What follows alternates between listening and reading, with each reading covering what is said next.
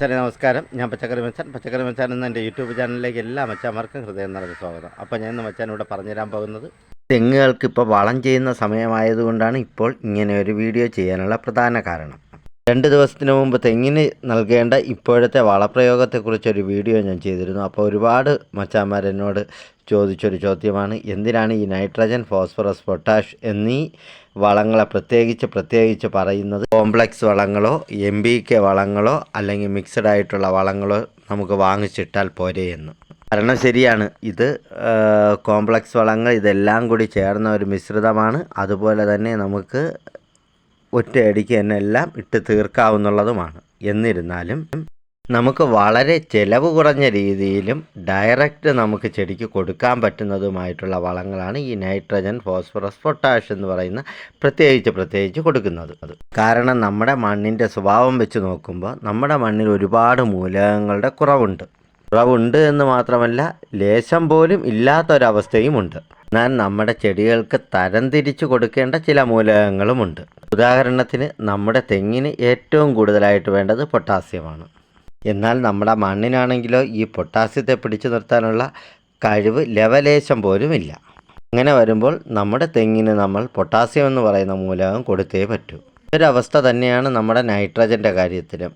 മണ്ണിലുണ്ടെങ്കിലും ചെടിക്ക് കൊടുക്കേണ്ട സമയത്ത് കൊടുക്കേണ്ട രീതിയിൽ തന്നെ ഇത് എത്തിച്ചു കൊടുക്കേണ്ട ആവശ്യവുമുണ്ട്. നമുക്ക് എല്ലാവർക്കും അറിയാം, പഴവർഗ്ഗങ്ങളിലൂടെയാണ് ഏറ്റവും കൂടുതലായിട്ട് പൊട്ടാസ്യം നമ്മുടെ ശരീരത്തിലെത്തുന്നത്. നമുക്കും പൊട്ടാസ്യം വളരെ അത്യാവശ്യമായിട്ടുള്ള കാര്യമാണ്. അപ്പോൾ മണ്ണിൽ പൊട്ടാഷ് എന്ന് പറയുന്ന മൂലകം കൊടുത്താൽ മാത്രമേ മണ്ണിൽ നിന്നും ചെടികൾക്ക് പൊട്ടാസ്യത്തെ വലിച്ചെടുക്കത്തുള്ളൂ. ഈ പൊട്ടാഷ് എന്ന് പറയുന്ന മൂലകത്തെ 60% പൊട്ടാസ്യമാണ് അടങ്ങിയിരിക്കുന്നത്. ഇത് ചെടികൾക്ക് കിട്ടിയാൽ മാത്രമേ ചെടികളുടെ പഴങ്ങളിലൂടെയും മറ്റ് കായകളിലൂടെയും അത് നമ്മുടെ ശരീരത്തിലും എത്തുകയുള്ളൂ. അതുപോലെ തന്നെ മണ്ണിലുള്ള വെള്ളമായാലും ലവണാംശമായാലും ചെടിക്ക് വേണ്ട സമയത്ത് വേണ്ട രീതിയിൽ ചെടിക്ക് എത്തിച്ചു കൊടുക്കാനുള്ള ഒരു കഴിവ് മണ്ണിനുണ്ട്. ഇങ്ങനെയുള്ള മണ്ണിനെയാണ് നമ്മൾ വളക്കൂറുള്ള മണ്ണ് എന്ന് പറയുന്നത്. മണ്ണിൻ്റെ വളക്കൂറ് കൂട്ടാനായിട്ട് മണ്ണിൽ കുറവുള്ള മൂലകങ്ങൾ നമ്മൾ ചേർത്ത് കൊടുക്കേണ്ടി വരും. അപ്പോൾ നമ്മൾ വളക്കടകളിലും മറ്റുമൊക്കെ പോയി മിക്സായിട്ടുള്ള വളങ്ങൾ, അതുപോലെ തന്നെ കോംപ്ലക്സ് വളങ്ങളൊക്കെ വാങ്ങുമ്പോൾ ഉണ്ടാകുന്നൊരു കുഴപ്പം എന്താണെന്നറിയാമോ? ഇതിനകത്ത് ഫില്ലേഴ്സ് എന്ന് പറയുന്ന ഒരു സാധനമുണ്ട്. അതായത് ഈ വളങ്ങളൊക്കെ തമ്മിൽ ചേരാൻ വേണ്ടിയിട്ട് ഉപയോഗിക്കുന്ന മറ്റൊരു മെറ്റീരിയൽസ്. അത് പൂഴിയായിരിക്കാം, അതുപോലെ തന്നെ നല്ലതുപോലെ പൊടിഞ്ഞ വെറും മണ്ണായിരിക്കാം, മറ്റ് മെറ്റീരിയൽസ് ആയിരിക്കാം. അതുകൊണ്ട് തന്നെ കൂടുതലായും ഇതിനകത്ത് വരുന്നത് ആ ഫില്ലറായിരിക്കും. അതായത് ഇത് തമ്മിൽ യോജിപ്പിക്കാൻ വേണ്ടി ചേർക്കുന്ന പൂഴി മണ്ണോ അല്ലെങ്കിൽ മറ്റ് മെറ്റീരിയൽസോ ആയിരിക്കും ഏറ്റവും കൂടുതലായിട്ട് അടങ്ങിയിരിക്കുന്നത്. ഇതുകൊണ്ട് യാതൊരു ഗുണവും നമ്മുടെ മണ്ണിനോ നമ്മളെ ചെടിക്കോ കിട്ടില്ല. നമ്മുടെ ചെടിക്ക് ആവശ്യമുള്ള പൊട്ടാഷ്, അതുപോലെ തന്നെ നൈട്രജൻ, ഫോസ്ഫറസ് ഇത് വളരെ കുറഞ്ഞ അളവിലും ആ മെറ്റീരിയൽസ് ആയിട്ടുള്ള ചെടിക്ക് ഉപയോഗമില്ലാത്ത കണ്ടൻ്റ് ആയിരിക്കും ഏറ്റവും കൂടുതലായിട്ട് കാണുന്നത്. അപ്പോൾ എന്തിനാണ് നമ്മുടെ പോക്കറ്റിലുള്ള പൈസ നമ്മൾ വെറുതെ പാഴിക്കളയുന്നത് എന്ന് കരുതിയിട്ടാണ് നേർവളങ്ങൾ, അതായത് സ്ട്രേറ്റ് ഫെർട്ടിലൈസറിനെ കുറിച്ച് പറയുന്നത്. അപ്പോൾ ഈ നേർവളങ്ങൾ എങ്ങനെയാണ് നമുക്ക് ഉപയോഗിക്കേണ്ടത്, എങ്ങനെയാണ് മിക്സ് ചെയ്യുന്നത് എന്നതിനെക്കുറിച്ച് നമുക്ക് നോക്കാം. ഇതെന്താണെന്നറിയാമോ? ഇതാണ് രാജ്ഫോസ്, അതായത് രാജസ്ഥാനിലെ മണ്ണിൽ നിന്നും കുഴിച്ചെടുക്കുന്ന വളം. അതായത് ട്രിപ്പിൾ ഫോസ്ഫറസ് രാജസ്ഥാനിലെ മണ്ണിൽ നിന്നും കിട്ടുന്നത് കൊണ്ട് ഇതിൻ്റെ പേര് രാജ്ഫോസ് എന്നാണ്. വർഷങ്ങൾക്ക് മുമ്പ് ഇത് മസൂറിൽ നിന്ന് പൊഴിച്ചെടുക്കുമായിരുന്നു. അതായത് ആ സമയത്ത് ഇതിന് പറയുന്ന പേര് മസൂറി ഫോസ്ഫറസ് എന്നായിരുന്നു. യഥാർത്ഥത്തിൽ ഇതൊരു ജൈവവളം തന്നെയാണ്. മണ്ണിൽ നിന്ന് കുഴിച്ചെടുക്കുന്നത് കൊണ്ട് ജൈവാധിഷ്ഠിതമായിട്ടുള്ള ജൈവവളം തന്നെയാണ്. ഇത് ചേർക്കുമ്പോൾ നമ്മൾ പ്രധാനമായി ശ്രദ്ധിക്കേണ്ട കാര്യം എന്ന് പറഞ്ഞാൽ, നമ്മൾ മണ്ണ് കിളച്ചിളക്കുന്ന സമയത്ത് തന്നെ, അതായത് ചെടി നടുന്ന സമയത്ത് തന്നെ അടിവളമായിട്ട് ഇത് കൊടുക്കണം. ഇതിനി വാഴയാണെങ്കിലും പച്ചക്കറി വിളകളാണെങ്കിലും നമ്മൾ മണ്ണ് കിളച്ചെടുക്കുന്ന സമയത്ത്, അതായത് ആദ്യം അടിവളമായിട്ട് തന്നെ ഇത് കൊടുക്കണം. അതായത് ട്രിപ്പിൾ ഫോസ്ഫറസിൻ്റെ ഒരു പ്രധാന പ്രശ്നമെന്ന് പറഞ്ഞാൽ ഇത് പെട്ടെന്ന് മണ്ണിൽ അലിഞ്ഞു ചേരില്ല എന്നുള്ളതാണ്. മണ്ണിലേക്ക് അലിഞ്ഞു ചേർന്ന് വരുമ്പോഴേക്കും കുറച്ച് സമയമെടുക്കും. അതുകൊണ്ടാണ് നമ്മൾ ആദ്യം തന്നെ ഇത് ചേർക്കണമെന്ന് പറയുന്നത്. നമുക്ക് എല്ലാവർക്കും അറിയാവുന്നതാണ്, നമ്മുടെ ചെടിയുടെ വേരുകളുടെ വളർച്ചയ്ക്ക് വളരെ അത്യാവശ്യമായിട്ടുള്ളൊരു ഘടകമാണ് ഈ ഫോസ്ഫറസ് എന്ന് പറയുന്നത്. നമ്മുടെ ചെടി നല്ല കരുത്തോടെ വളർന്നു വരുവാനും നല്ല ആരോഗ്യത്തോടെ വളർന്നു വരുവാനും വളരെ വേണ്ടപ്പെട്ട ഒരു ഘടകമാണ് ഈ ഫോസ്ഫറസ്. അതുപോലെ ചെടികളുടെ പ്രോട്ടീൻ മെറ്റീരിയൽസുകളുടെ പ്രധാന കണ്ടൻറ്റ് കൂടിയാണ് ഈ ഫോസ്ഫറസ് എന്ന് പറയുന്നത്. ഈ നൈട്രജൻ കഴിഞ്ഞാൽ ഉടൻ തന്നെ ചെടിക്ക് വളരെ അത്യാവശ്യമായിട്ടുള്ളൊരു കണ്ടൻറ്റാണ് ഈ ഫോസ്ഫറസ് എന്ന് പറയുന്നത്.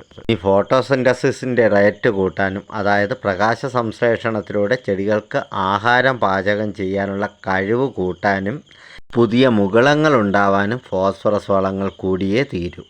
കാണാൻ മണ്ണ് പോലെ ഇരിക്കുന്നത് കൊണ്ട് തന്നെ ഇതിൻ്റെ ഗുണങ്ങൾ ആർക്കും വലുതായിട്ട് അത്ര പോരാ എന്ന് വേണം പറയാൻ. ഫോസ്ഫറസ് ചെടികൾക്ക് കിട്ടാൻ വേണ്ടി മറ്റൊരു സോഴ്സ് എന്ന് പറയുന്നത് എല്ലുപൊടിയാണ്. ഈ എല്ലുപൊടിയിലും ഏറ്റവും കൂടുതൽ അടങ്ങിയിരിക്കുന്ന ഫോസ്ഫറസ് ആണ്.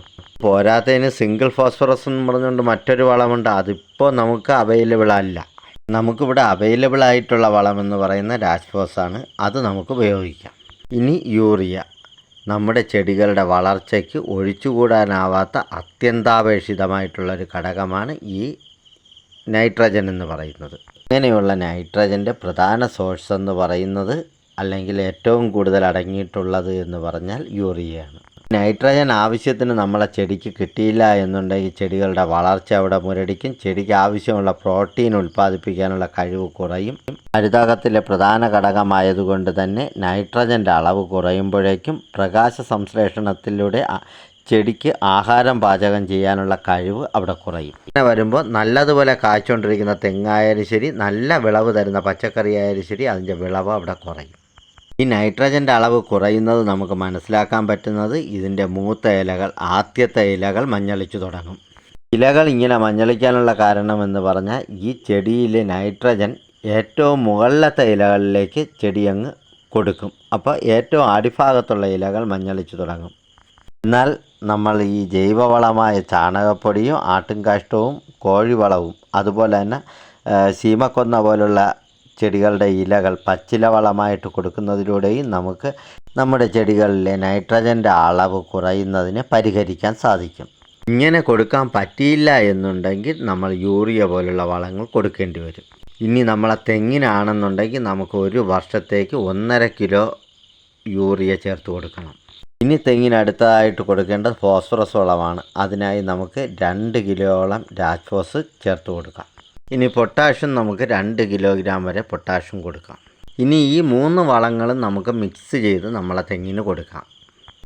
നമ്മൾ ഫില്ലർ മെറ്റീരിയൽസ്, അതായത് കോംപ്ലക്സ് വളങ്ങൾ, മിക്സർ വളങ്ങൾ, അങ്ങനെയുള്ള വളങ്ങളുടെ പുറകെ നിന്ന് പോകുമ്പോൾ നമ്മളെ പോക്കറ്റിലെ പൈസ കാലിയാവുമെന്നല്ലാതെ നമുക്ക് വേണ്ട ഗുണങ്ങൾ കിട്ടില്ല. ഇതാവുമ്പോൾ നമുക്ക് നേർവളങ്ങൾ ഡയറക്റ്റ് മിക്സ് ചെയ്ത് നല്ലതുപോലെ മിക്സ് ചെയ്ത് നമ്മുടെ തെങ്ങിന് കൊടുത്താൽ ആവശ്യത്തിനുള്ള മൂലകങ്ങൾ നമ്മളെ തെങ്ങിന് കിട്ടും. ഇങ്ങനെ നമ്മൾ നല്ലതുപോലെ മിക്സ് ചെയ്ത് ഉപയോഗിച്ച് കഴിഞ്ഞാൽ നമ്മളെല്ലാം ഡയറക്റ്റ് ഫെർട്ടിലൈസറാണ് കൊടുക്കുന്നത്. ഈ ഫില്ലറിൻ്റെ ആവശ്യമേ അവിടെ വരുന്നില്ല.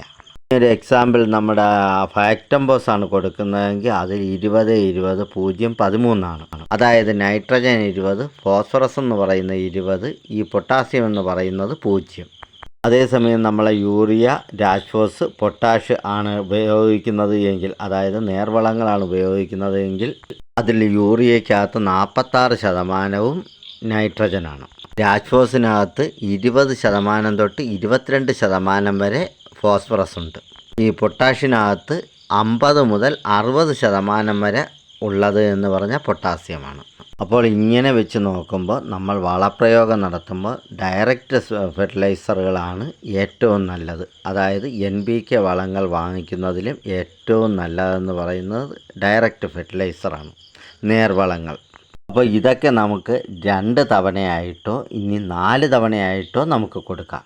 അതായത് 2 തവണയായിട്ടാണ് കൊടുക്കുന്നതെങ്കിൽ നമുക്ക് 750 ഗ്രാം യൂറിയ, അതുപോലെ തന്നെ 1 കിലോ രാജ്ഫോസ്, 1 കിലോ പൊട്ടാഷ്, ഇങ്ങനെ നമ്മൾ നല്ലതുപോലെ മിക്സ് ചെയ്തിട്ട് നല്ലതുപോലെ തടം തുറന്നതിന് ശേഷം, അതായത് തെങ്ങിൻ്റെ ചുവട്ടിൽ നിന്ന് 1.5 മീറ്റർ വിട്ട് 1 അടി ആഴത്തിലും 1 അടി വീതിയിലും ഒരു ചെറിയ തടം അകത്ത് ഒരു കുഴി കണക്ക് റൗണ്ടിൽ ഉണ്ടാക്കിയ ശേഷം ആ കുഴിയിലേക്ക് ഒരു 2 കിലോ കുമ്മായപ്പൊടി നമ്മൾ നല്ലതുപോലെ പൊടിഞ്ഞ കുമ്മായപ്പൊടി ചേർത്ത ശേഷം മണ്ണുമായിട്ട് നല്ലതുപോലെ ചേർത്തിളക്കി കൊടുത്ത് 15 ദിവസം കഴിഞ്ഞതിന് ശേഷം ആട്ടുംകാഷ്ടം, കോഴിവളം, ചാണകപ്പൊടി, അതുപോലെ തന്നെ നല്ലതുപോലെ പൊടിഞ്ഞതായിരിക്കണം ഇവയൊക്കെ.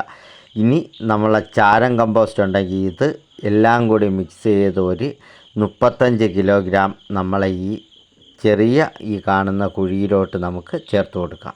ഇതുപോലെ ഒരു 35 കിലോഗ്രാം നമ്മളെ ചീമക്കൊന്നയിലയും അതുപോലെ തന്നെ നമ്മളെ ചെറിയ പച്ചിലകളും പെട്ടെന്ന് അഴുകുന്ന പച്ചിലകളും ഒക്കെ നമുക്ക് ചേർത്ത് കൊടുക്കാം. ഇത് രണ്ടും കൂടി ഒരു 70 കിലോ നമ്മൾ ചേർത്ത് 15 ദിവസം കഴിഞ്ഞതിന് ശേഷമാണ് യൂറിയയും പൊട്ടാഷും നമ്മളെ രാജ്ഫോസും ഇത് മൂന്നും കൂടി മിക്സ് ചെയ്ത് നമ്മൾ ചേർത്ത് കൊടുക്കേണ്ടത്. മണ്ണ് ലൈവ്ലി ആയിട്ടുണ്ടാവണമെങ്കിൽ നമ്മുടെ മണ്ണിൽ ആവശ്യത്തിനുള്ള ജൈവാംശം വേണം. ജൈവാംശം ആവശ്യത്തിന് വേണമെന്നുണ്ടെങ്കിൽ ജൈവവളങ്ങൾ ചേർത്ത് കൊടുത്തേ മതിയാകും. ജൈവവളങ്ങൾ മണ്ണിലുണ്ടെങ്കിൽ മാത്രമേ നമ്മൾ കൊടുക്കുന്ന ഏത് വളവും ചെടികൾക്ക് വലിച്ചെടുക്കാൻ പാകത്തിലായി ചെടികൾക്ക് കിട്ടൂ.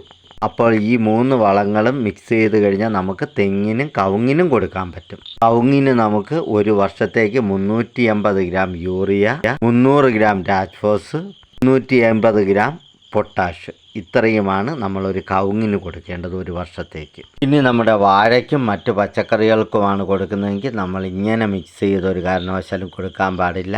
രാജ്ഫോസ് എപ്പോഴും അടിസ്ഥാന വളമായിട്ട് തന്നെ നമ്മൾ ചേർത്ത് കൊടുക്കണം.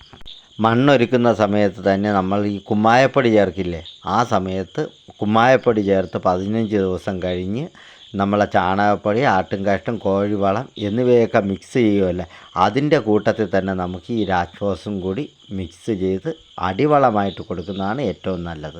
എന്നാൽ നമ്മൾ യൂറിയയും പൊട്ടാഷും കൊടുക്കുന്നതെന്ന് പറഞ്ഞാൽ ഒരു ചെടിയുടെ വളർച്ചാഘട്ടത്തിൽ 10 ഗ്രാം യൂറിയയും 5 ഗ്രാം പൊട്ടാഷും 1 ലിറ്റർ വെള്ളത്തിൽ ലയിപ്പിച്ച് 10 ദിവസം കൂടുന്ന സമയങ്ങളിൽ നമ്മളെ ചെടിക്ക് കൊടുക്കാം. ഇത് ചെടി പൂവിട്ട് കഴിഞ്ഞാൽ അതിനെ നേരെ തിരിച്ചു കൊണ്ടുവരിക. അതായത് 5 ഗ്രാം യൂറിയയും 10 ഗ്രാം പൊട്ടാഷുമായിട്ട് തിരിച്ച് നമ്മളെ ചെടിക്ക് 10 ദിവസം കൂടുന്ന സമയങ്ങളിൽ നമുക്ക് 1 ലിറ്റർ വെള്ളത്തിലോ 1/2 ലിറ്റർ വെള്ളത്തിലോ ലയിപ്പിച്ച് നമ്മളെ ചെടിക്ക് കൊടുക്കുന്നതാണ് ഏറ്റവും നല്ലത്.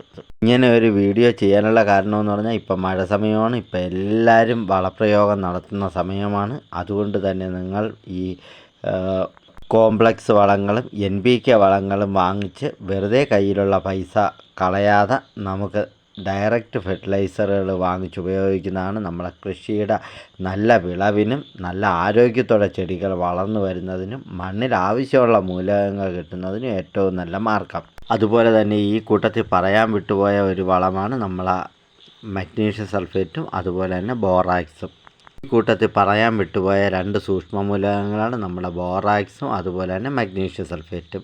ഇത് രണ്ടും ഒരു കാരണവശാലും നമുക്ക് നമ്മളെ പൊട്ടാഷിൻ്റെയോ യൂറിയയുടെ കൂടെ മിക്സ് ചെയ്ത് ഒരു കാരണവശാലും കൊടുക്കാൻ പാടില്ല. ഇത് പൊട്ടാഷും യൂറിയയും ഒക്കെ കൊടുത്ത് ഒരു 15 ദിവസം കഴിയുന്ന സമയങ്ങളിൽ വേണം നമ്മളെ ചെടിക്ക് കൊടുക്കാൻ. നല്ലതുപോലെ കായ്ക്കുന്ന തെങ്ങിനാണെങ്കിൽ 1 കിലോഗ്രാം മഗ്നീഷ്യം സൾഫേറ്റും അതുപോലെ തന്നെ 300 ഗ്രാം ബോറാക്സും കൊടുക്കാം. ഇതും 2 തവണയായിട്ട് കൊടുക്കുന്നതാണ് നല്ലത്. അപ്പോൾ ഈ വീഡിയോ നിങ്ങൾക്ക് വളരെ ഉപകാരപ്പെടുമെന്ന് തന്നെ വിശ്വസിക്കുന്നു. വീഡിയോ ഇഷ്ടപ്പെട്ട വീഡിയോയ്ക്ക് ലൈക്ക് തരാനും എൻ്റെ ചാനൽ ആദ്യമായാണ് കാണുന്നത് ഈ ചാനലൊന്ന് സബ്സ്ക്രൈബ് ചെയ്യാനും മറക്കരുത്. ഇതുപോലെ നല്ലൊരു അറിവുമായി നമുക്ക് അടുത്ത ദിവസം കാണാമെന്ന ശുഭപ്രതീക്ഷയോടുകൂടി തന്നെ നിർത്തുന്നു. എല്ലാ മച്ചാന്മാർക്കും നന്ദി, നമസ്കാരം.